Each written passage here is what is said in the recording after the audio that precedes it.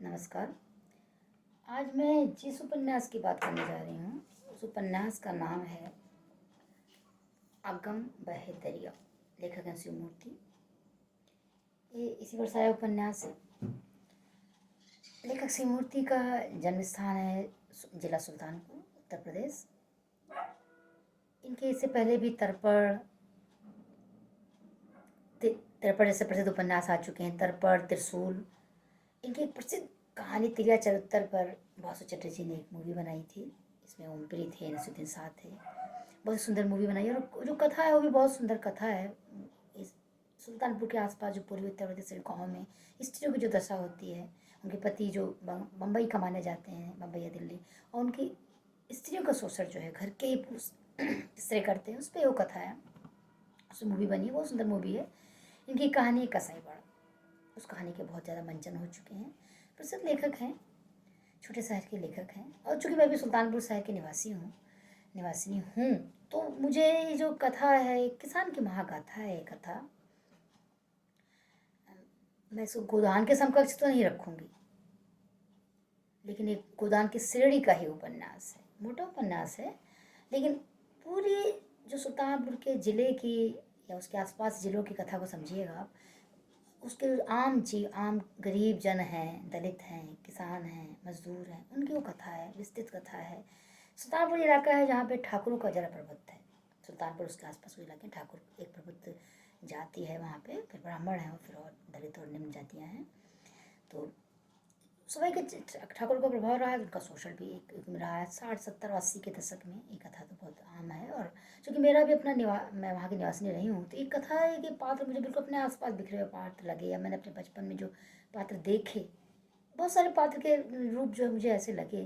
और जब आप इस कथा को पढ़ेंगे, ग्रामीण जीवन की दुख गाथा को देखेंगे आप, तो आपको लगेगा क्या इनके दुख का कोई निस्तार है।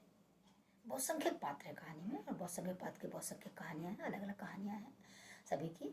लेकिन वो आप पढ़ेंगे तो बोलोगे ना कि इनके दुखों का कोई निस्तार नहीं। इनके दुख, इनके जीवन के साथ साथ इनके दुख चलते रहते हैं। तो आपको अब डूब जाएंगे और आपको लगेगा बस धरती निसहाय है। और अभी तो खैर थोड़ा सा बदलाव आया समाज में, लेकिन अगर छोटे शहरों की बात करें तो मैंने समझती कि छोटे शहरों में बहुत ज़्यादा बदलाव आया है। आज भी किसान, मजदूर, दलित जातियाँ ऐसे ही छोटे शहरों में हैं। नेताओं का वहाँ पे ऐसे ही शोषण है। तो इस कहानी का, इस उपन्यास का मुख्य पात्र है छत्रपाल सिंह, जो गांव का प्रधान भी है, जो ठाकुर है, जिसका प्रभाव है उसका मजदूरों पर, किसानों पर, सब पर ठेका है। पुलिस, ठेकेदार सब उसके अपने बंदे हैं और उससे जो चाहे वो काम कराता है। उसे निस्तार पाने का कोई रास्ता नहीं। कहानी का एक पात्र है संतोखी। संतोखी एक गरीब किसान है और एक दिन उसको पता चलता है कि उसकी जो ज़मीन है वो छत्रपाल सिंह के नाम लिख गई है, उसकी ज़मीन पर कब्जा हो गया। तो पता करता है तो कहा जाता है कि मरते समय उसके पिता ने वो ज़मीन छत्रपाल सिंह के नाम लिख दी। अब क्यों लिख दी, कोई मतलब नहीं है, ज़मीन उसके नाम से जा चुकी है। तो बेचारा क्या कहते हैं, गांव का एक व्यक्ति है, भूसी सासी व्यक्ति है, उसकी गवाही के आधार पर उस मुकदमा करता है, केस करता है छत्रपाल सिंह पे। हिम्मत भी देखिएगा, छोटे किसान की हिम्मत देखिए, वो छत्रपाल पे केस करता है मुकदमा लड़ने के लिए। तो भूसी उसकी गवाही भी देता है। सालों लड़ाई लड़ने के बाद फिर भी वो अपना केस जीत भी जाता है। लेकिन जब कब्जा लेने जाता है तो वहाँ तक छत्रपाल सिंह अपना ट्रैक्टर लेकर के उसके खेत को जोत रहे हैं। और पुलिस के जो सिपाही हैं उसकी सहायता देने को तैयार नहीं, क्योंकि पुलिस से सब मिली हुई है। पुलिस के छोटे छोटे सिपाही छत्रपाल से मुकाबला करने को तैयार नहीं है, या उनमें इतना साहस नहीं है। तो वहाँ पे जीतने के बाद भी, कोर्ट का आर्डर होने के बाद भी अपनी ज़मीन पर कब्जा नहीं कर पाता है।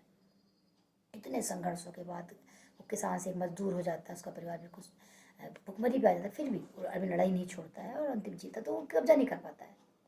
अंततः वो कब्जा तब पाता है जो एक जंगू नाम का एक क्रांतिकारी डकैत है, जो भी वो स्वयं भी छत्रपाल का शिकार है, छत्रपाल के शोषण का शिकार है।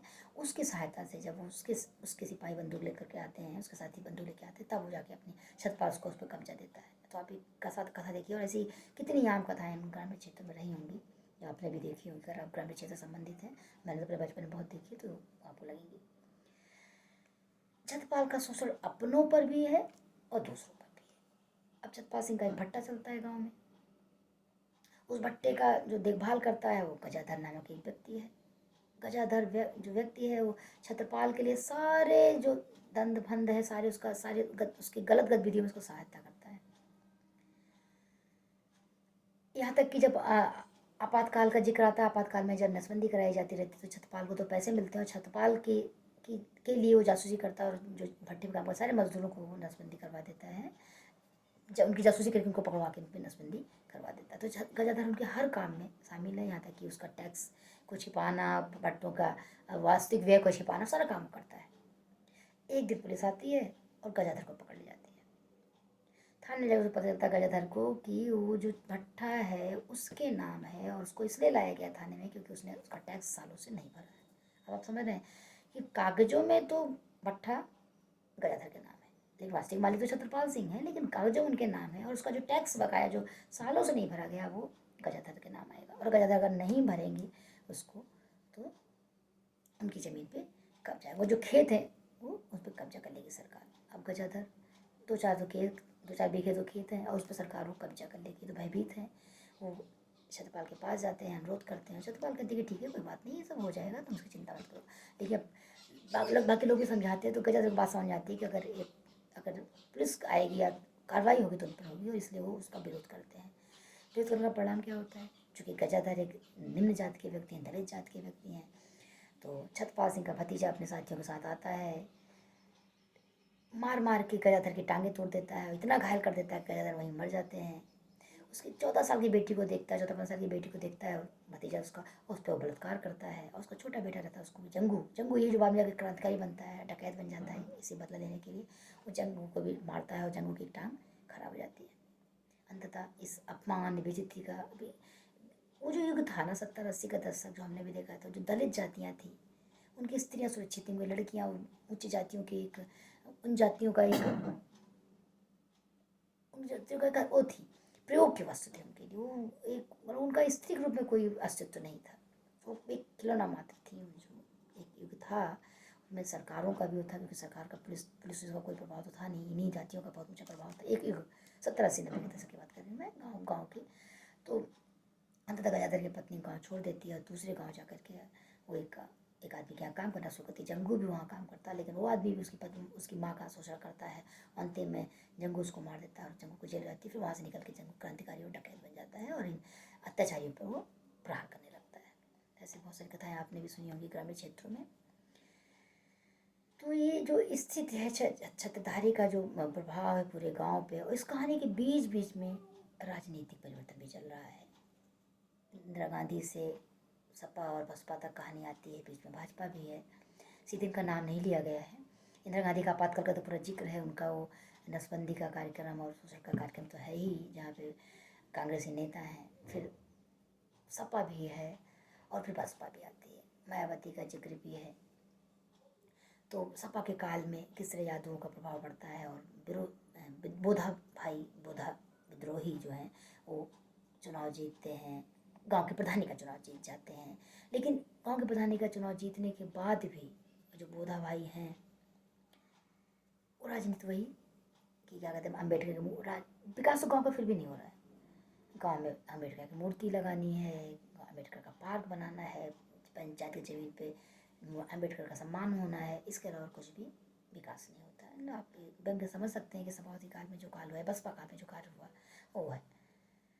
उसका मायावती की सरकार, उसमें तूफानी जो गांव का एक व्यक्ति है वो मायावती के प्रचार में रहता है। उसको लगता है कि बहन जी ने तो तुरंत क्रांति कर दी, हम दलितों को अधिकार ये आएंगे तो हमारा अधिकार हो जाएगा, छत्रधारी के जैसे प्रभाव खत्म होगा और इन हम लोगों को आ जाएगा तो दुनिया बदल जाएगी। तूफानी गति से प्रचार करता है मायावती का। लेकिन अंततः जब तूफानी देखता है कि मायावती नाम नहीं दिया गया यहाँ पे, बहन जी जब गद्दी पे बैठती हैं तो उनके जन्मदिन पे हर नेता को करोड़ों करोड़ राशि पार्टी के फंड में जमा करानी है पार्टी के विकास के लिए। तब तूफानी को समझ में आता है कि नेता का तो विकास होता है लेकिन जनता तो चाहे दलित हो या तो वहीं रहते हैं। गांव का विकास तो चाहे छत्रधारी की सरकार रही हो, छत्रधारी के वर्ग की सरकार रही हो, चाहे यादव वर्ग की सरकार रही हो या दलित की, तो गरीब तो वही रहता है। इनकी स्थिति तो कहीं नहीं बदलती है। गाँव के किसानों की दशा है। गाँव का एक पात्र है पांडे, जो एक ट्रैक्टर खरीदता है और ट्रैक्टर को ट्रैक्टर खरीदने में किस्तें किस्तें ऐसी बढ़ती जाती हैं उसकी कि अंततः वो ट्रैक्टर का लोन न चुका देने पर उसको पकड़ लिया जाता है और तहसील के जेल में उसे डाल दिया जाता है और तहसील के जेल की काली रात जो काटता है, तो उसके द्वारा तो किसान की जो दशा है उसका भी इसमें वर्णन किया गया है। तो पूरा ही उपन्यास जो है ऐसे छोटे छोटे बहुत सारे पात्र हैं इसमें, जिनके माध्यम से इस ग्रामीण जीवन के दुख की कथा को इस उपन्यास में दिखाया गया है। भाषा बहुत सुंदर है। पूर्वी उत्तर प्रदेश की स्थानीय बोली का इसमें प्रयोग किया गया है और लोकगीत प्रयोग किए गए हैं। अगर आप उस क्षेत्र के आसपास रहे हों या उस क्षेत्र के रहे हों, जैसे मुझे उपन्यास पढ़ते बहुत अच्छा लगा, क्योंकि सुल्तानपुर की भाषा, बोली, वो कहावतें, उसके वो गीत, लोकगीत, विवाह गीत, सोहर, वो सब जो प्रयोग हुआ है तो बहुत सुंदर है। और भाषा भी बिल्कुल ग्रामीण भाषा, स्थानीय बोली है, आंचलिक भाषा में लिखा गया, तो बहुत सुंदर लगता है, प्रभाव करता है। फिर ये जो कथा इतनी द्रावक है, इतनी पीड़क है कि आपको पढ़ के आपको लगेगा कि इनकी पीड़ा को जनता के सामने रखा गया है। तो किसान की महागाथा का ये उपन्यास है। और उस काल में जो ये पार्टियाँ, सपा, बसपा और ये जो पार्टियाँ, इनके कार्य को भी इस उपन्यास में दिखाया गया है। इन सब के शोषण को कहने का तात्पर्य है कि चाहे वो कांग्रेस रही हो, चाहे वो सपा रही हो, चाहे बसपा रही हो, लेखक यही कहना चाहता है कि विकास तो आम जनता का कहीं भी नहीं होता, ना कहीं हुआ। नेताओं का पार्टियाँ आती हो जाती रही, सबके अपने अपने एजेंडे रहे, लेकिन जनता का विकास तो कहीं पर नहीं होता है और न कहीं हुआ। इस उपन्यास में अब किसानों की और एक जो किसान की जो अनाज वाली समस्या है, मंडी की जो समस्या है, उसका भी उल्लेख किया गया है। अभी आपने देखा कि पिछले कुछ वर्षों में भारतीय जनता पार्टी जो है किसानों के लिए नया कानून लाई थी, जिसमें किसानों के सुधार के बहुत सारे नियम आए थे, बहुत सारे कानून आए थे, लेकिन धरने पे बैठ कर किसानों ने, बड़े किसानों ने, आड़ती किसानों ने बैठ करके उस कानून को निरस्त करा दिया अंततः। और अभी भी आप देख रहे हैं कि पंजाब में बड़े किसान धरने पे बैठे हुए हैं। तो इसमें जो ये समस्या दिखाई है कि किसान जो है अपना अनाज खेत में उगाता है और खेत में अनाज को लेकर के जब वो बेचने जाता है मंडी पे, एमएसपी के रेट पे जो मंडी में बेचने जाता है, तो जो सरकारी कर्मचारी होते हैं वो इन आड़तियों से मिले होते हैं, तो जानबूझ के उनका वो अनाज में कोई ना कोई कमी निकालते हैं और जानबूझ के 1-2 दिन रोके रहते हैं। और गरीब किसान का इतना पैसा नहीं रहता, वो ट्रैक्टर को रोक के रखेगा, फिर ट्रैक्टर को उसे खर्च देना पड़ेगा, तो उसके पास पैसा नहीं रहता है।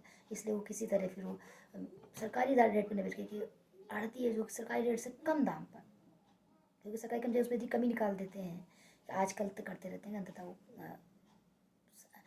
आड़तियों को अपना अनाज बेचने को विवश हो जाता है और अंततः वो उसी का जैसा मिलता है, उसको अपनी उपज का पूरा लाभ नहीं होता। तो किसान की जो समस्या है उसको भी इसमें बहुत ही सूक्ष्म ढंग से उसकी व्याख्या की गई है। अगर आप उस उपन्यास को पढ़ें तो उसको भी आपको समझ में आएगा किस तरह जो है किसानों पे मंडियों में शोषण होता था, उनको उनके अनाजों को उनको सही कीमत नहीं मिलती थी।